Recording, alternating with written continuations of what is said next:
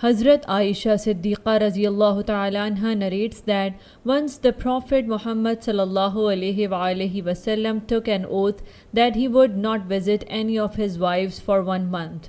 After 29 days had passed, he visited me first. I said, "You had taken an oath not to come for 1 month, and according to my calculation, today is the 29th day. The Prophet ﷺ replied, "The month sometime consists of 29 days.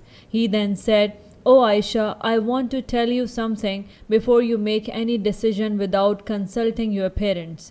He then recited the verse, "O Prophet, say to your wives, if you should desire the worldly life and its adornment." I asked, "Should I consult my parents in this matter?"